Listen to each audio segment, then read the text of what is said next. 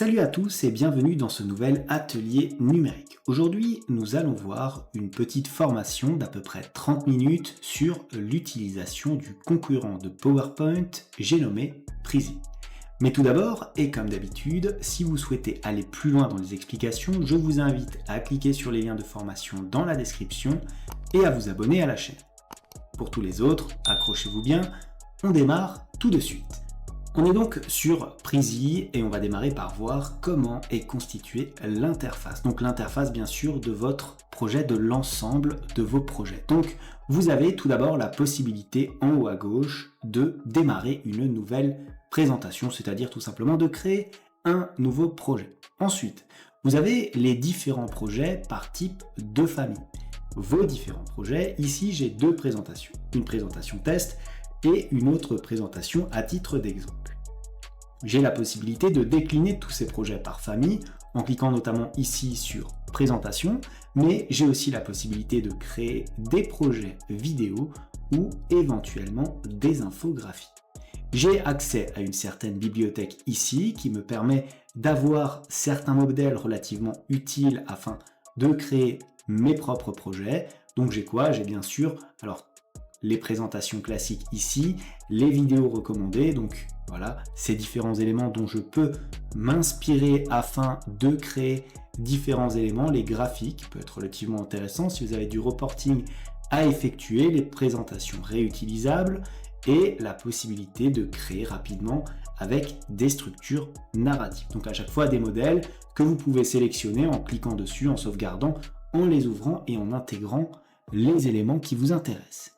Vous avez la charte graphique ici qui apparaît donc avec les différents éléments de la licence, donc ce qui peut vous permettre d'expliquer comment intégrer vos différents logos et votre charte graphique, votre propre charte graphique au sein de Prezi. Voilà, donc tous ces éléments-là, je retourne sur l'accueil.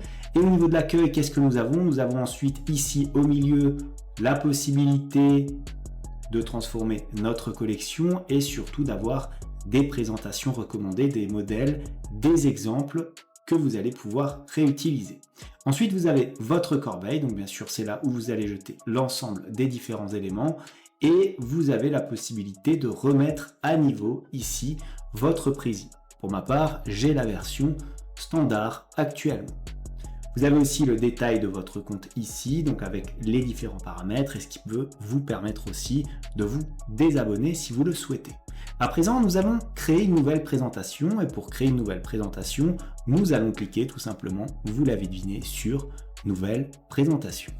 On arrive à présent sur notre interface de travail. Et notre interface de travail, de quoi est-elle constituée? Tout d'abord, nous avons la possibilité ici de voir le nom de notre présentation. Donc, si je souhaite modifier le nom, je vais tout simplement cliquer dessus et je peux mettre tout simplement ma première présentation. Voilà, donc là pour l'instant c'est bien sûr une présentation privée, je peux décider si je le souhaite de la passer en public. Ensuite nous avons ici la liste des différents cadres et ce qui diffère avec PowerPoint c'est que là vous avez une vue d'ensemble qui apparaît. La vue d'ensemble c'est plutôt intéressant, pourquoi? Parce que cela vous permet de comprendre le cheminement de vos différentes diapositives. Par exemple, on va avoir tout d'abord ici notre présentation, donc le titre tout simplement, puis l'introduction qui apparaît ici sur la diapositive à droite, puis ici d'autres éléments et ainsi de suite qui vont donc s'enchaîner les uns après les autres. Et l'enchaînement, ça va correspondre à l'ordre que vous avez ici tout à gauche dans le petit cadre. Donc chacune de ces diapositives-là va pouvoir s'ouvrir à la suite.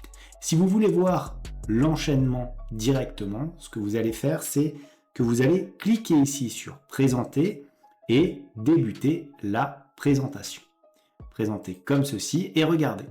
Vous avez donc la présentation test qui vous est proposée. Si maintenant vous allez sur la flèche de droite de votre clavier, vous allez avoir quoi? Vous allez avoir éventuellement les éléments qui vont bouger comme ceci à chaque fois que vous allez effectuer la validation de votre présentation. Donc à chaque fois, voilà, vous avez les différents éléments que vous pouvez donc rapatrier et éventuellement modifier par rapport aux différents éléments.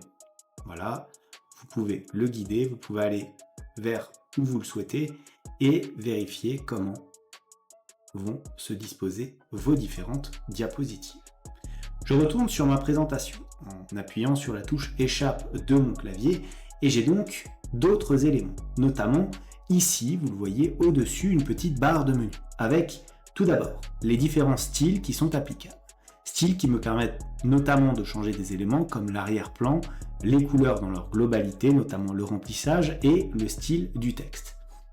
Là encore, on retrouvera la charte graphique si vous avez une charte graphique professionnelle et la possibilité d'y apposer un filigrane.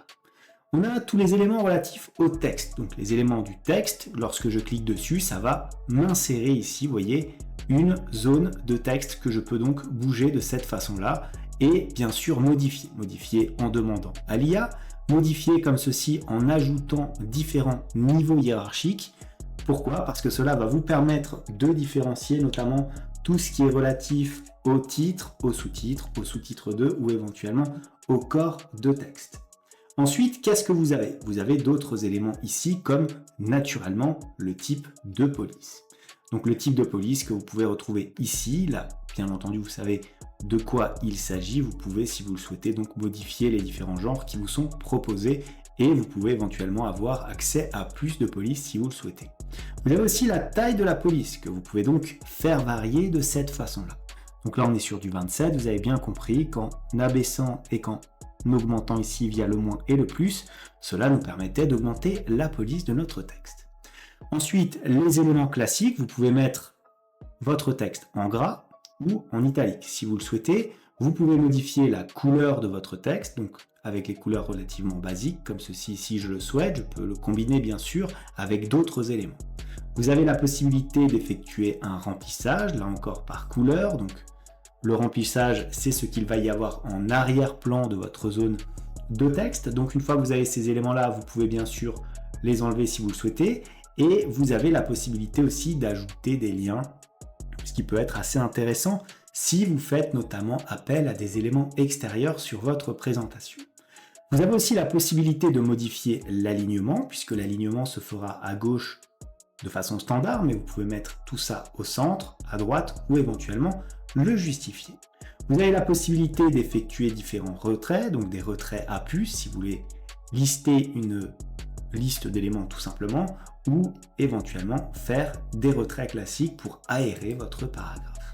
Vous pouvez ajouter des animations à votre texte, notamment lorsque celui-ci va apparaître. Donc les animations, lorsque vous cliquez dessus, vous en aurez de différentes sortes. Vous aurez par exemple l'animation en fondu. Lorsque vous survolerez votre animation, vous allez voir ce que cela va produire. Vous aurez un petit exemple de ce que cela va donner. Voilà. Et bien sûr, vous avez la possibilité d'ajouter cet élément-là à votre bibliothèque. Alors, pour supprimer cet élément-là, rien de plus simple, vous le sélectionnez et vous cliquez sur la touche Supre de votre clavier. Ensuite, nous avons les médias. Médias, c'est assez intéressant puisque dans votre présentation, vous allez avoir plusieurs éléments. Il n'y aura pas que du texte, il y aura aussi des images, des vidéos ou bien d'autres choses. Vous avez la possibilité d'ajouter des images ici, donc images relativement classiques. Vous cliquez sur images et ce qui est plutôt pas mal, c'est que vous avez déjà tout un répertoire prévu ici d'images que vous pouvez donc sélectionner et intégrer à votre présentation. Vous avez la possibilité bien sûr de faire la même chose avec les vidéos. Vous pouvez soit importer une vidéo de votre propre répertoire ou alors intégrer une vidéo YouTube qui peut être relativement intéressant si vous avez une présentation à faire. Ensuite, vous avez des GIFs. Là encore, les GIFs, c'est un peu le même fonctionnement que les images. Vous avez accès à une bibliothèque ou alors vous pouvez bien sûr les importer. Ensuite, qu'est-ce qu'on va avoir? On va avoir les stickers, un petit peu comme les GIFs, voilà, sont des petits éléments que vous allez intégrer à votre présentation. Les icônes, pareil, le même fonctionnement, tout ce qui est relatif à de l'audio, donc vous pouvez importer de l'audio si vous le souhaitez. Attention, parfois un plan supérieur est demandé pour avoir accès à ces fonctionnalités sur Prezi. Ensuite, des graphiques, donc ça relativement intéressant lorsque vous allez notamment intégrer différents éléments chiffrés à vos présentations. Donc, lorsque l'on crée des graphiques, qu'est-ce qu'on a? Vos données seront bien assimilées grâce à des graphiques efficaces et faciles à créer qui permettent à la conversation de suivre son cours pendant que les nombres parlent d'eux-mêmes. Donc on a la possibilité d'intégrer des graphiques, mais comme je vous le disais, parfois le plan change un petit peu en fonction de ce que vous souhaitez tout simplement intégrer. Donc on va sortir d'ici, voilà. Une fois qu'on a les graphiques, on a bien sûr les PowerPoint ou éventuellement les PDF. Une fois qu'on a fait ça, on peut intégrer aussi des formes. Alors les formes, c'est plutôt basique, mais ça a le même fonctionnement finalement que les images, c'est-à-dire qu'on va sélectionner une forme comme ceci, on va la mettre, regardez, on peut tout simplement la modifier comme suit, donc sans problème. Donc à chaque fois, les formes, c'est un peu toujours les mêmes, vous choisissez des formes basiques, des diagrammes, des flèches, des accents, ou éventuellement tracer des lignes afin de mettre en forme votre précis.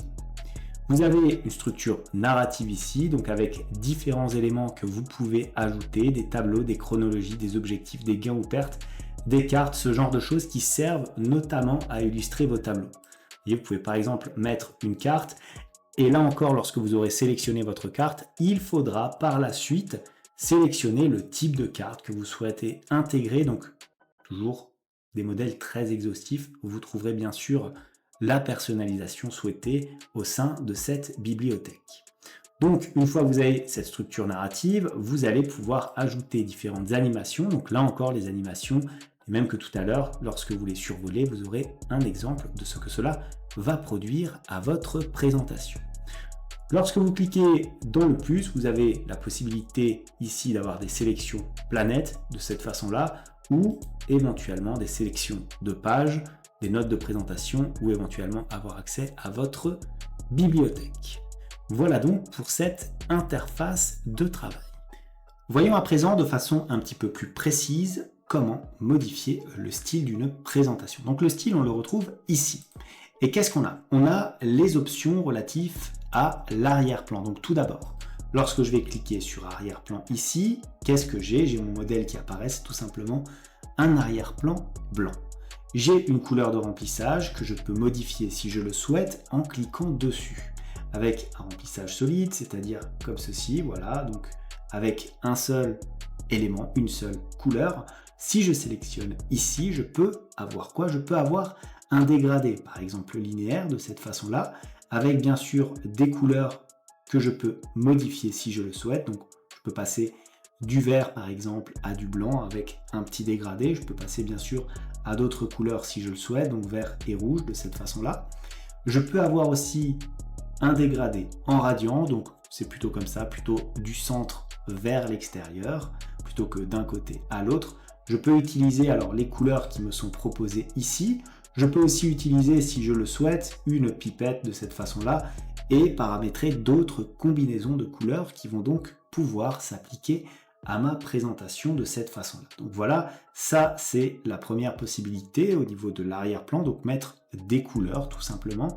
On a ici parallaxe, donc activer ou désactiver le mouvement d'arrière-plan lorsque vous effectuez un panoramique ou naviguez entre les sections. On peut ajuster le fond d'écran, moi je vous conseille de rester en 16/9. Pourquoi? C'est tout simplement, par exemple, le même format que les diapositives PowerPoint. Si vous devez notamment convertir en PowerPoint, c'est toujours plus utile de garder le format 16/9. Je peux, si je le souhaite, modifier l'image. Si je clique dessus, qu'est-ce que je vais avoir? Je vais avoir mon répertoire, comme ceci, qui va apparaître. Je vais pouvoir donc sélectionner une image que je vais donc pouvoir insérer. Si par exemple, j'insère cette image-là, vous voyez qu'elle apparaît en arrière-plan.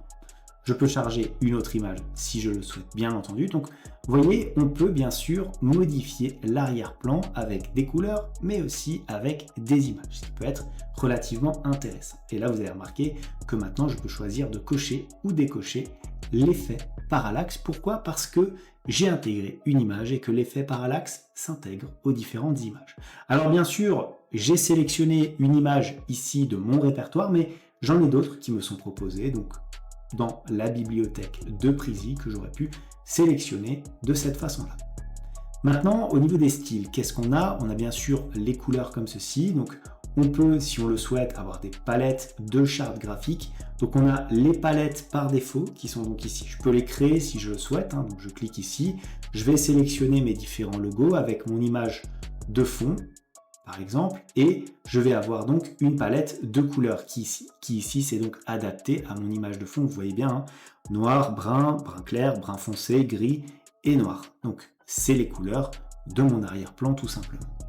Si je fais un petit retour en arrière, je peux avoir d'autres couleurs ici par défaut que je peux sélectionner si je le souhaite. Vous voyez d'ailleurs les petites modifications sur chacun de mes différents éléments. Donc, je peux avoir, si par exemple je clique sur celui-ci, qui peut être tout à fait cohérent compte tenu du thème de mon arrière-plan, et bien je vais avoir ces différentes couleurs. Donc voilà ce qu'on peut sélectionner au niveau des couleurs et de notre template si on le souhaite.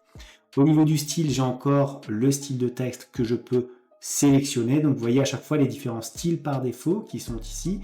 Là encore, si je le souhaite, je peux intégrer mon propre style. Je peux lui donner un nom. Je vais l'appeler par exemple mon style tout simplement. Alors on a le titre. Le titre c'est quoi? C'est bien sûr l'élément principal. Je peux choisir la police qui sera affectée à mon titre dans mon style. Ensuite, on a les éléments pour les sous-titres. Donc là, pareil, je peux choisir d'ailleurs si je souhaite que le texte du sous-titre soit automatiquement en gras ou en italique ou aucun des deux, avec bien sûr la police là encore correspondante. Et enfin, pour le corps du texte, là encore, je peux sélectionner ces différents éléments. Vous avez remarqué que par défaut, le titre et le sous-titre sont en gras, ce qui n'est pas le cas pour le corps de notre texte. Je peux, si je le souhaite, aussi faire apparaître plus de paramètres. Alors ça veut dire quoi? Ça veut dire tout simplement plus d'éléments textuels comme par exemple une deuxième partie de sous-titres ou un deuxième corps de texte tout simplement. Ensuite, une fois que vous avez ces éléments, vous pouvez cliquer sur sauvegarder en bas à droite afin de les conserver. J'ai la possibilité ensuite ici d'avoir donc ma charte graphique ou éventuellement mon filigrane que je vais attacher éventuellement à mon projet. Donc là, il faudra tout simplement changer l'offre pour y avoir accès. Voilà donc ce que j'avais à vous dire au niveau des styles de façon un petit peu plus détaillée. De façon plus détaillée maintenant, les éléments de texte. Donc je ne vais pas me placer ici sur la vue d'ensemble, je vais me placer par exemple sur la première diapositive. Donc ici sur Zoom, sur cadre, donc là, vous voyez le petit 1. J'ai Your Présentation Title, donc votre titre de présentation. Et bien sûr, il me dit là, vous pouvez mettre un sous-titre ici. Donc, je peux, si je le souhaite, sélectionner cet élément de texte, modifier la position comme ceci. Et vous avez constaté quoi? Vous avez constaté que la taille de la police s'ajuste automatiquement. Elle ne s'agrandit pas, mais elle rétrécit au fur et à mesure que je rétrécis la case correspondante.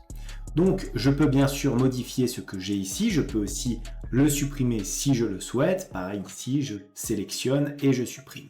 Si je souhaite intégrer une zone de texte, je vais donc cliquer dans Texte. Vous voyez que la zone apparaît ici. Je vais double-cliquer afin de modifier cet élément. Je vais mettre ma présentation de cette façon-là.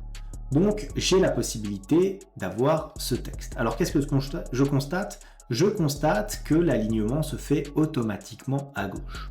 Donc, pour modifier cela et le placer au centre, je vais me mettre ici. Je vais cliquer sur Alignement et je vais sélectionner Aligner au centre de cette façon-là.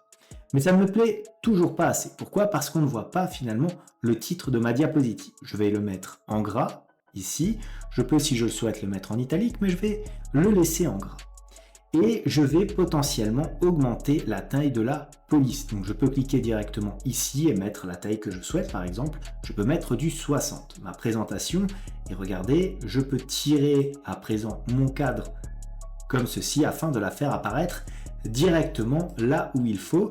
Vous avez remarqué aussi que lorsque je fais bouger ici mon cadre de sélection, des petits repères rouges apparaissent. Pourquoi? Et bien c'est tout simplement pour me dire que j'atteins le milieu soit de façon horizontale, soit de façon verticale. Maintenant que j'ai fait cela, je peux, si je le souhaite aussi, ajouter une couleur de remplissage afin de faire ressortir la police de couleur blanche. Par exemple, si je prends une couleur de remplissage noire, je vais me retrouver avec ici une présentation bien plus claire, bien plus lisible en termes de titre. Donc, j'ai la possibilité de modifier ces éléments-là et bien sûr, je peux aussi, si je le souhaite, modifier le type de police. J'ai toutes les polices ici, voilà, je peux les sélectionner afin de faire apparaître ce que je souhaite obtenir, par exemple celle-ci, ma présentation, donc qui apparaîtra de cette façon-là au niveau de mon projet. J'ai la possibilité d'ajouter aussi, si je le souhaite, certaines animations. Alors ça, c'est plutôt intéressant. Regardez, je clique dessus. Si par exemple, je sélectionne une animation en fondu entrant, je vais avoir donc l'apparition de mon titre de cette façon-là. Si je joue par exemple ma diapositive, je vais démarrer comme ceci. Voilà, donc vous voyez que j'ai les éléments qui apparaissent et j'ai donc ma présentation qui va apparaître, regardez, hop, comme ceci. Donc comme cela était bien défini dans, tout simplement, mon animation. J'ai sélectionné donc le fondu entrant, qui peut être relativement intéressant. J'aurais pu sélectionner, là encore, le fondu sortant, si je le souhaitais, ou éventuellement dézoomer ou zoom sur sélection. Si je clique zoom sur sélection, cela peut être relativement intéressant, puisque ça va pouvoir, regardez, lorsque je clique dessus, débuter la présentation. Je vais avoir quoi? Je vais avoir un zoom qui s'affichera donc plus tard sur ma diapositive. Voilà ce que j'avais à vous dire sur les éléments de texte. À présent, on va voir comment manipuler des médias sur Prezi. Alors là, c'est assez important puisque généralement, vous allez utiliser ces médias pour illustrer votre projet. Donc, pour ce faire, on va se placer ici dans Médias tout simplement. Et dans les médias, on a donc toute une liste à intégrer, images, vidéos, GIF, bref, tout ce qui existe. Si je vais, alors on va commencer simple, sur images. Je vais avoir quoi? Je vais avoir la possibilité bien sûr d'intégrer une de mes images, donc dans insérer, je vais aller dans importer et je peux, si je le souhaite, importer toutes sortes d'images. Je peux par exemple prendre un paysage comme celui-ci, l'intégrer directement à mon projet et vous allez voir qu'il y a la possibilité d'effectuer certaines modifications. Par exemple, je peux la remplacer, je peux avoir des pré-réglages sur le style, je peux modifier éventuellement les différentes couleurs, voilà, donc ça peut être intéressant, ça peut ne pas l'être, voilà, donc on a bien sûr au niveau de ces couleurs la possibilité de modifier l'opacité, donc est-ce que c'est transparent, est-ce que ça ne l'est pas, voilà, si je mets à 0 forcément il n'y a pas de différence. Je peux modifier l'image si je le souhaite, et là une nouvelle fenêtre va apparaître, me permettant d'afficher de nombreux outils. Alors ces outils, que sont-ils? On a bien sûr la possibilité de changer les tons, donc regardez, tout simplement ce genre d'outils comme ceci. On peut bien sûr supprimer le filtre une fois qu'on a effectué cet outil-là. Alors je vais sélectionner cet élément-là, voilà, on retourne sur la sélection, voilà. Et je peux avoir bien d'autres filtres, par exemple tout ce qui est relatif au noir et blanc. C'est plutôt intéressant, ça peut être plutôt pas mal. Je peux avoir un style plutôt vintage si je le souhaite, comme ceci, voilà, donc toutes sortes de modèles applicables, voilà, classés par famille. Un style froid par exemple, ici c'est une montagne, ça peut être peut-être intéressant. Un style chaud, ça conviendrait peut-être plutôt à des paysages assez chauds. Voilà les différents éléments. Bien sûr, vous avez l'intensité du filtre. Si je le mets sur 0, finalement, il n'y aura pas de modification. J'ai la possibilité d'ajuster. Alors là, pour ceux qui ont l'habitude de travailler, par exemple, sur Canva, je vais avoir plusieurs éléments, comme par exemple la luminosité à gérer. Vous voyez, toujours faire bien attention. Si je vais trop vers les 100, ça risque d'être compliqué. Si je vais à moins 100, ça risque de l'être un petit peu moins. Voilà, le contraste, pareil, permet de modifier certains éléments. C'est quasiment la même barre d'outils que pour Canva, on va pas se mentir, donc c'est assez simple. La saturation, gamma, l'affinage avec la clarté, la sous-exposition, surexposition. Bref, vous avez compris que pour modifier une image, pour ajouter des effets, c'est ici que vous allez devoir aller. Ensuite, vous avez la mise au point que vous pouvez donc, si vous souhaitez, modifier. Donc là, c'est pas vraiment une photo de personne, donc on n'a pas forcément d'utilité à exercer une mise au point. On a la possibilité de mettre des cadres sur notre image, ça peut être toujours assez intéressant, voilà, notamment pour donner un petit effet cinématographique. On a des superpositions possibles avec différents éléments. On peut utiliser par exemple tout ce qui est superposition de puits, ce genre de choses. Vous voyez, ça rajoute des effets à l'image. Ça fait, disons, partie des éléments que nous pouvons intégrer à nos présentations. Par exemple ici, nuage, ça peut être plutôt pas mal avec ce type de paysage. On a aussi le pinceau, donc voilà, avec les différents pinceaux qui nous permettent de modifier des éléments. Et bien sûr, une fois que vous avez fini, vous cliquez sur mise à jour Et cela va donc intégrer votre nouveau modèle que vous allez percevoir dans votre présentation. Donc avec un petit temps de chargement qui peut être bien sûr plus ou moins long par rapport à ce que vous avez modifié. Voilà. Au niveau du média, élément intéressant, l'insertion de vidéos. Donc insérer une vidéo en l'important directement ou en mettant un lien. J'ai mis ici le lien de cette vidéo tout simplement sur le tourisme. Donc j'ai copié le lien directement ici et je clique sur insérer. Et qu'est-ce que j'obtiens? J'obtiens bien sûr le lien de ma vidéo YouTube. Je peux appuyer sur play et le lancer si je le souhaite. Regardez, hop. Je vais déplacer bien sûr les éléments. Je peux les déplacer comme ceci sur ma présentation. J'ai différents éléments donc applicables ici. Voilà pour les vidéos. Donc peu de modifications finalement pour la partie vidéo. Ce n'est pas non plus un logiciel de montage. On va ensuite dans les médias. Et là, on a les GIFs. Alors, pour tout ce qui est GIF et images, c'est à peu près la même chose. C'est juste le type de fichier finalement qui va différer, hein, puisque là, on a bien sûr différents modèles qui apparaissent. Donc, par exemple, si je mets un modèle voyage, donc travel, qu'est-ce qu'il va me proposer? Alors, différents éléments à ajouter. Je peux par exemple prendre, je ne sais pas, cet élément-là et je peux le placer bien sûr sur ma présentation. Donc de cette façon-là, là encore, il peut y avoir un temps de chargement plus ou moins long par rapport au GIF que vous allez prendre, hein, puisqu'il s'agit quand même d'éléments animés. Pareil, là, vous pouvez le remplacer, ajouter un lien ou ajouter une animation d'apparition, par exemple. Alors ici, c'est pas forcément ce qu'il y a de mieux, je peux le supprimer. Dans les médias, j'ai encore la possibilité d'avoir des stickers. Les stickers, pareil, c'est le même fonctionnement. Vous avez votre bibliothèque et vous pouvez les intégrer directement sur vos différents projets. Ensuite, on va avoir les icônes, vous voyez, qui apparaissent ici. Donc pareil, les icônes, on va bien sûr les mettre là où on le souhaite sur notre projet, catégorisé donc par différentes familles. Ça peut être assez intéressant. Possibilité de chercher ici les éléments, vous voyez, et avec la catégorie. Vous les retrouverez aussi au niveau des raccourcis ici, dans le raccourci d'insertion, donc images, GIF, sticker et icônes. Dans les médias, ensuite, on aura quoi? On aura tout ce qui est audio, donc relatif à des éléments audio qu'on pourra rajouter. Et enfin, on a la possibilité d'insérer des champs graphiques, mais ceci pour une version un petit peu upgradée de Prezi. Et bien sûr, la partie PowerPoint et PDF. Voilà donc pour l'ensemble des médias que nous pouvons traiter, comment les traiter et comment les intégrer à notre projet. Et enfin, je vous propose de voir les différentes formes que vous allez pouvoir intégrer à votre projet. Donc pour intégrer une forme, bien sûr, vous allez vous placer sur un des éléments et vous allez tout simplement sélectionner votre forme.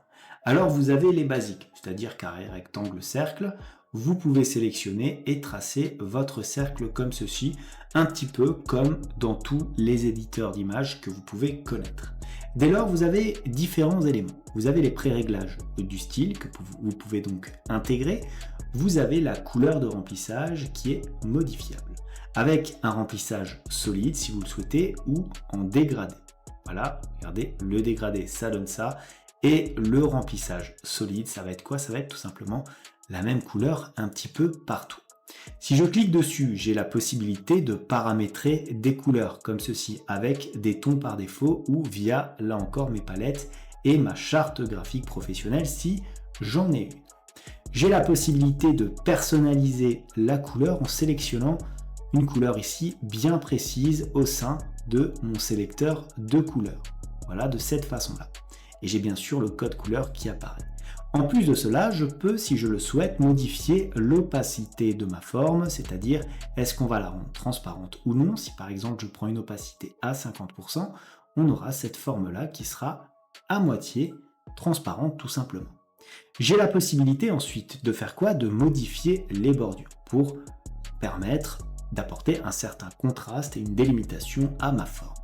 En cliquant dessus, regardez, je peux appuyer sur le petit plus et je constate quoi? Je constate qu'il y a une augmentation de l'épaisseur de ma bordure au fur et à mesure que j'appuie dessus. Donc vous la voyez tout simplement apparaître de cette façon-là, très classiquement. Et j'ai bien sûr la possibilité, là encore, de modifier cette fois-ci la couleur de ma bordure, puisque forcément il y a une bordure, on va pouvoir par exemple prendre une couleur noire. Là encore, les mêmes paramètres pour que pour la couleur classique, c'est-à-dire on peut choisir une certaine opacité et on peut personnaliser, si on le souhaite, l'ensemble des différentes couleurs. Donc voilà, je peux les modifier. Je peux, si je le souhaite, insérer différents liens. Donc je peux mettre une URL si cela peut m'intéresser. Et je peux bien sûr ajouter là encore des animations avec un fondu par exemple entrant ou éventuellement sortant comme ceci à chacune de mes différentes formes. Bien sûr, je peux aussi, si je le souhaite, ajouter d'autres formes que je peux donc combiner les unes avec les autres. Je peux mettre par exemple une flèche comme ceci, voilà, que je peux créer. Cette flèche ressemble d'ailleurs énormément à ce qu'on peut retrouver par exemple sur PowerPoint. Avec là encore les modifications classiques, je peux en rajouter encore si je le souhaite. Je peux prendre une étoile, voilà, et modifier ces différents éléments afin d'avoir toutes les formes souhaitées. Bien sûr, je peux aussi combiner ces formes avec d'autres images sur ma diapositive. Voilà ce que j'avais à vous dire sur l'utilisation de Prezi. Comme d'habitude, si cette vidéo vous a plu, n'hésitez pas à la liker, à la commenter, à vous abonner à la chaîne si ça n'est pas encore fait. Moi, je vous dis merci et à bientôt pour une nouvelle vidéo.